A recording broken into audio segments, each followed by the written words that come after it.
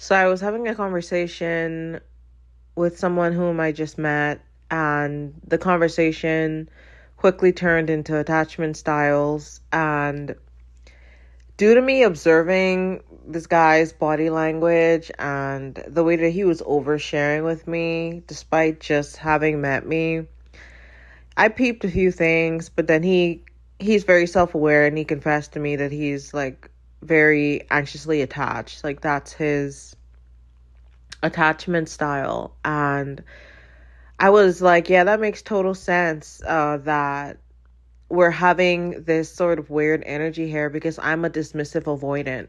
And I'm just very honest about me being a chronic ghoster. And there was another video that made me start thinking about this. Perhaps I'll play it. I feel like people who are chronic ghosters, not the people who intentionally do it to manipulate or get somebody to chase them, but people who are chronic ghosters, they don't fully understand their impact on other people because they don't feel real. They don't understand, or they haven't fully embodied their own self-worth yet. So they believe that other people won't be as impacted by their absence as they really are.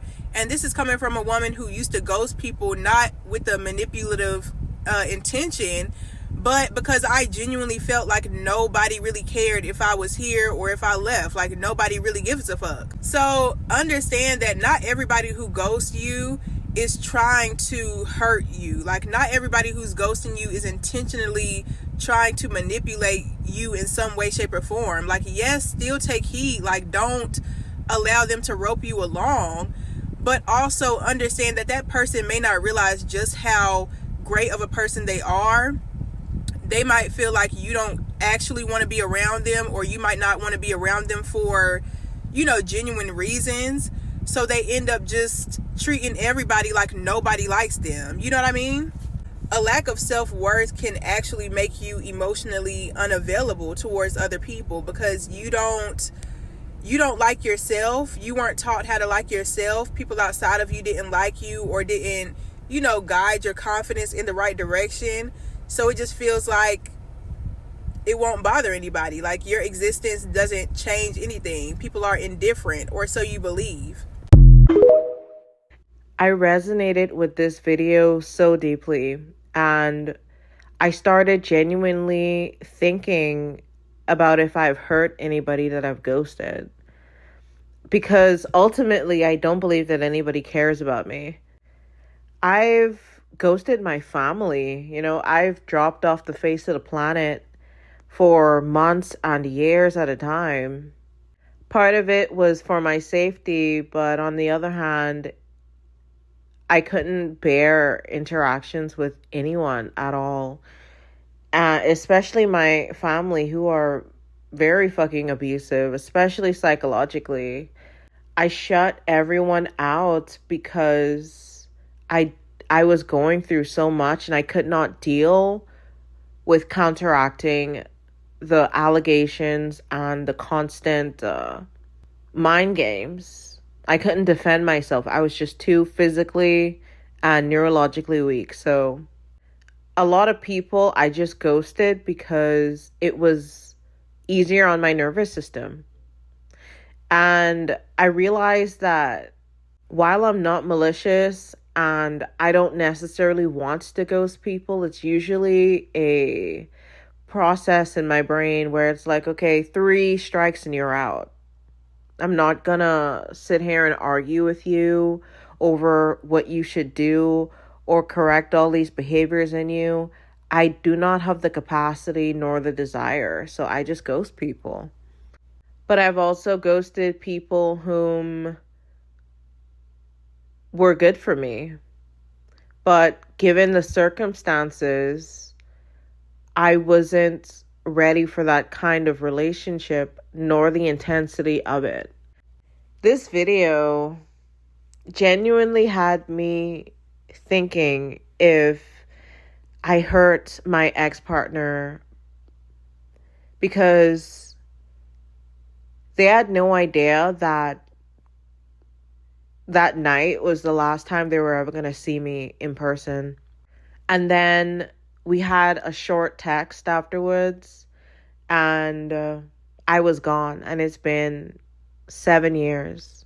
I feel like ghosting can be a cheap and lazy way to avoid having hard conversations or confronting hard feelings or confrontation of some sorts. And I'm not afraid of confrontation that much. I think that sometimes I just ghost people because I'm just sick of their shit. And sometimes you get to a point where you realize that this is so deep in someone's pathology and you don't even care to correct them. You just don't like them anymore. And the evidence of betrayal is just so deep. Why humiliate yourself by attempting to resolve something with a piece of shit like that? So just go. So in that same way, I've ghosted ex-friends, I've ghosted a lot of fucking people. I've ghosted my own mother. From a scapegoat perspective, it's like I assume people to not believe me. I assume people to take the side of the abuser, and this has been the case the majority of the time. I found that things are different for me now because I don't surround myself with toxic people anymore. So that's why I would not be believed, because ultimately these people are enablers or they're abusive themselves. So I don't find myself being cornered much anymore. It's like people talk to me and consider my feelings. It's kind of crazy. But it's new to me. And when you're ghosting, it's like you're in that same mindset where it's like, no one's going to fucking believe me anyway. I'm going to save myself the energy. Part of the reason why I don't talk about romantic relationships is because I know in the back of my head, I can ghost that person and it not be a public thing.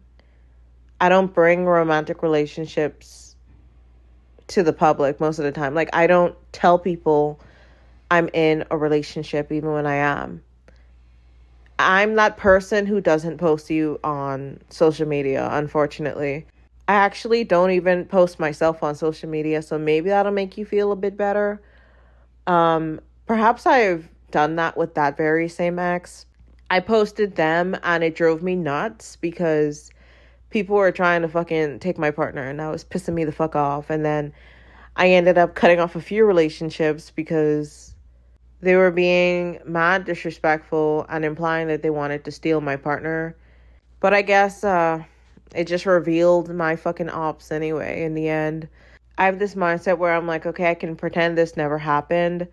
I can erase this person out of my mind. And then I have to think about why, love is shameful, or the act of getting your heart broken. It just feels so fucking embarrassing. It's always, who broke up with who, and, how much shit did you put up with in that relationship, and how that's shameful, and you have, low self-esteem. And they somehow always find a way to victim blame you. They always find a way to fucking demean you when people find out about what happened in your romantic relationship that they weren't fucking involved in. They're always going to find a way and attempt to humiliate you out of either jealousy, spite, anger that no one fucking loves them or ever cared about them. It's always some weird fucking bullshit. I've never understood that. And I've never agreed with that mindset, which is why I'm very private about my love life. And if someone isn't private about that with me, I'm going to ghost them. Period. If you're not respecting my privacy before we're even in a relationship, that's already a reason for me to ghost you. Like, I'll ghost people because it's a Tuesday. So recently I ghosted at least 2 people, one of which I was bummed out about, I'm not gonna lie. I ghosted another anxiously attached person, and I did feel bad about that, a degree of guilt even. But there really shouldn't be any guilt because I only did that to protect my own peace, given that I tried 3 times to see if I could resolve something with that person. And because they were too busy focusing on mirroring me and not being their authentic selves because they're so afraid of abandonment and they're anxiously attached that they don't want to present themselves as anything other than my reflection. That shit annoys me. Because they continue doing that anxiously, I ghosted them. And I don't think that's really my problem to deal with, but it's like, but it highlighted this issue that I have continuously encountered throughout my life, and I've been attempting to break it for a long time. It seems to be repetitive. I guess the reason why I ghosted this person, and I was not looking to date anyone, and I was not dating this person, but apparently they were trying to date me. And I was flirting with them too, I'm not gonna lie. I was ovulating and it just kind of happened. And then when I came to my senses, I'm like, oh fuck, what did I do?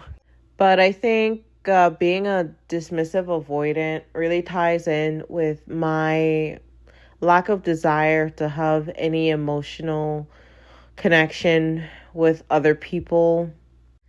But why is affection in general sort of cringe? For one, it's the Gen Z culture that has been pushing authentic emotions as cringe or unacceptable and blah blah blah. But then we simultaneously overshare.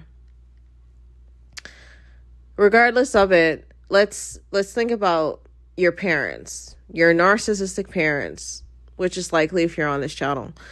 Narcissistic parents want to make you feel ashamed for having emotions at all. Narcissistic parents truly do humiliate their own children when they're displaying authentic emotions. And they end up pathologizing your authentic emotion because they themselves, they don't have authentic emotions other than hatred and everything fucking negative under the sun. They hate that you're authentic and that you can, feel and express certain things. And they want to put that shame onto you because they feel like they can't do that.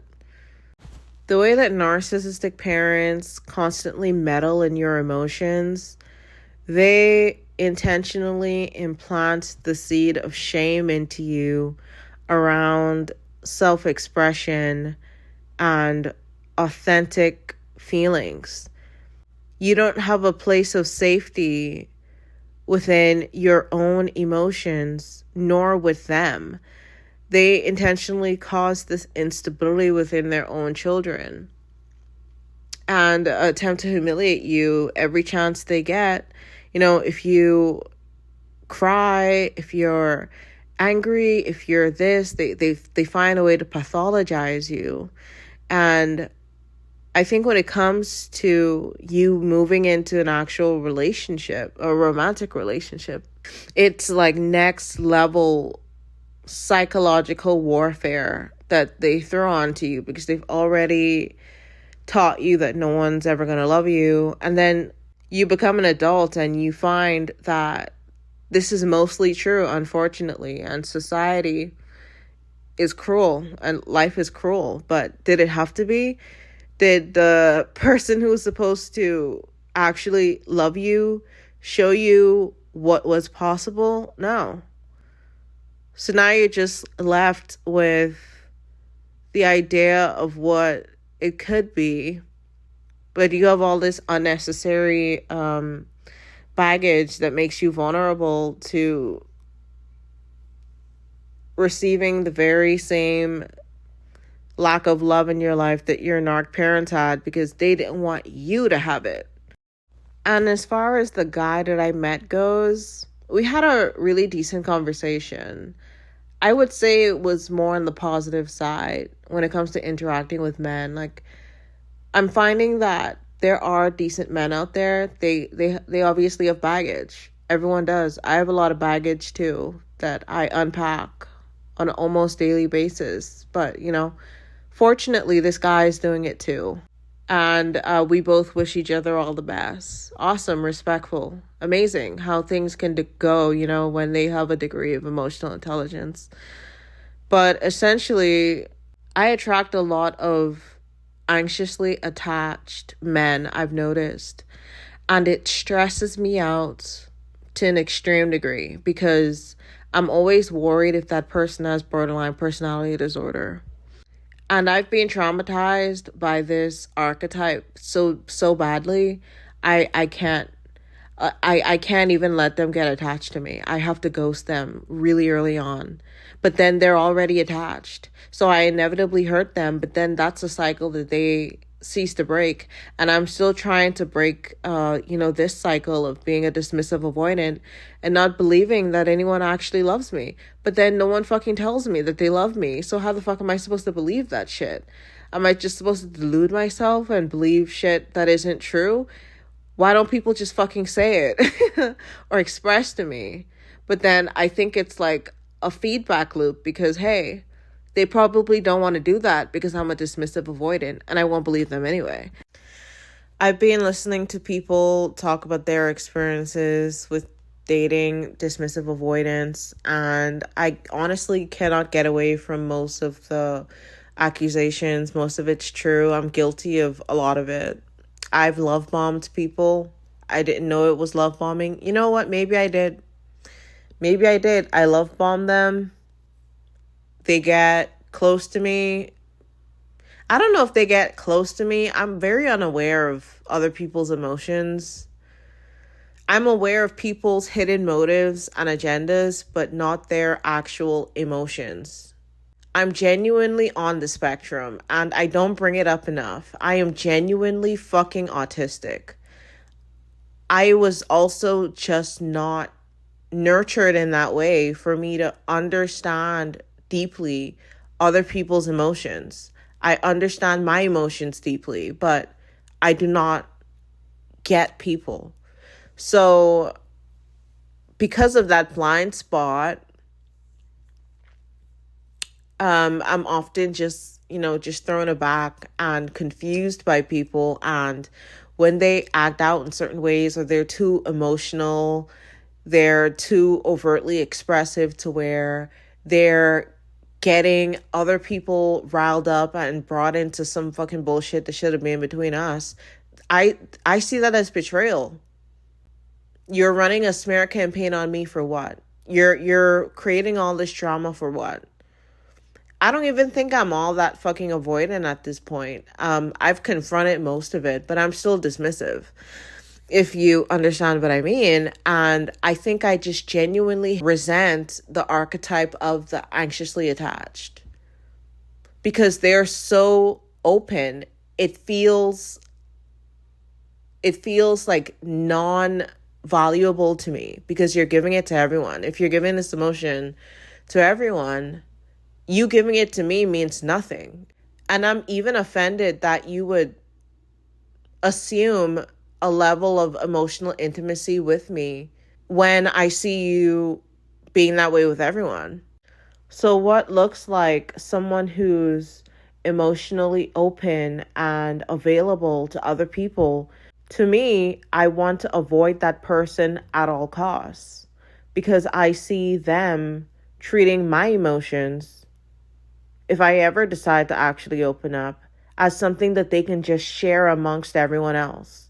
And I don't operate that way. I'm possessive. Don't fucking do this and that, the third. And if you can't do that because you're emotionally gossipy or you're sharing shit with everyone, I'm gonna fucking hate you. And if I were a more vindictive person, I could see that spiraling into me going extremely cold on you on purpose. And it really does mirror the cycle of narcissistic abuse. But in my eyes, you already betrayed me, but you can't see it. You can't see it.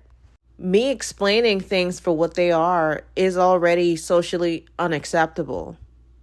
So oftentimes there's this grudge, and people take out this hidden resentment because they don't understand how this actually works. I'm attempting to explain to you how this actually works.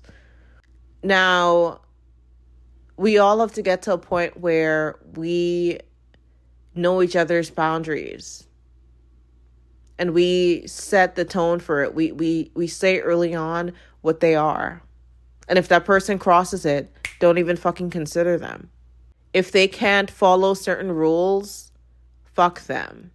But I think with being a dismissive avoidant, when you set those rules early on and someone crosses something as personal, it burns a lot longer than intended. It hurts for a really fucking long time. And I don't have time to recover from that shit every couple months or every couple years. Who the fuck wants to do that? I'd rather not do it at all. Women have a tendency of emotionally enmeshing themselves with their friends and sharing everything amongst their friends.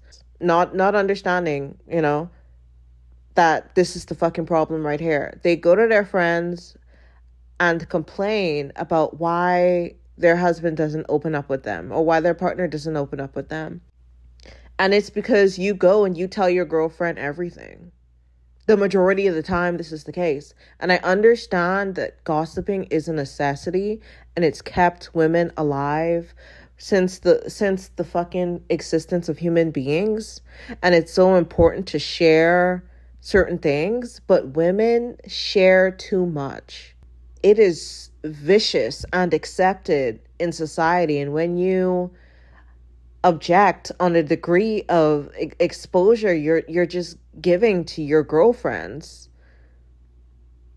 when you push back on that, you're all of a sudden the problem.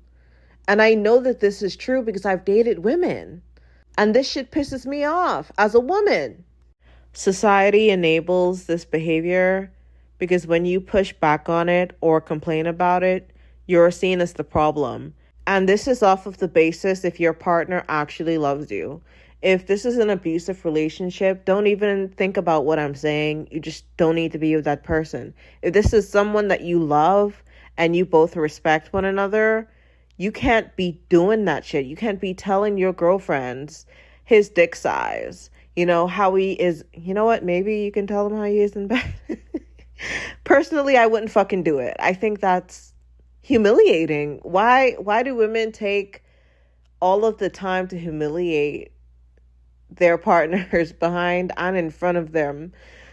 I do resonate a lot with being a dismissive avoidant, especially when they talk about, the fear of commitment in the sense of feeling trapped in a relationship. Or I definitely do fear marriage, I'm not gonna lie, because then you're legally bounded to that person, and I hate feeling trapped, especially if that relationship goes sour, and the majority of the time it does. And I don't feel like I can meet anyone's expectations, so I don't bother. And, I think that's just sort of a grounded understanding of my capabilities or willingness. When I talk to someone every day, I feel so stressed. It literally causes cortisol to rush through my body when someone's clinging to me, but I simultaneously desire a clingy person, but just attached enough, but usually I get like the anxiously attached because I guess opposites attract, and then it's just a shit show every single fucking time. My God, it's a shit show, and it's so fucking much to deal with, and it's inevitable the damage and a ricochet that it will cause amongst the both of you and everyone else who somehow gets involved, because the anxiously attached will literally reach out to everyone if that means speaking to you. But then it's like, okay, they're afraid of being abandoned, and I get it. But that shit makes me want to fucking, oh, I will never fucking date someone who acts like that, bro. But I've had almost relationships where people have acted like that, and I didn't realize the intensity of the connection, or I'll just dismiss my feelings around it, where I guess like I'll compartmentalize, how I feel, but in reality, you can't make your feelings logical. They're not logical. And the more that you suppress them, the stronger that they resist and just storm within you beneath the surface. And I definitely have a lot of regrets.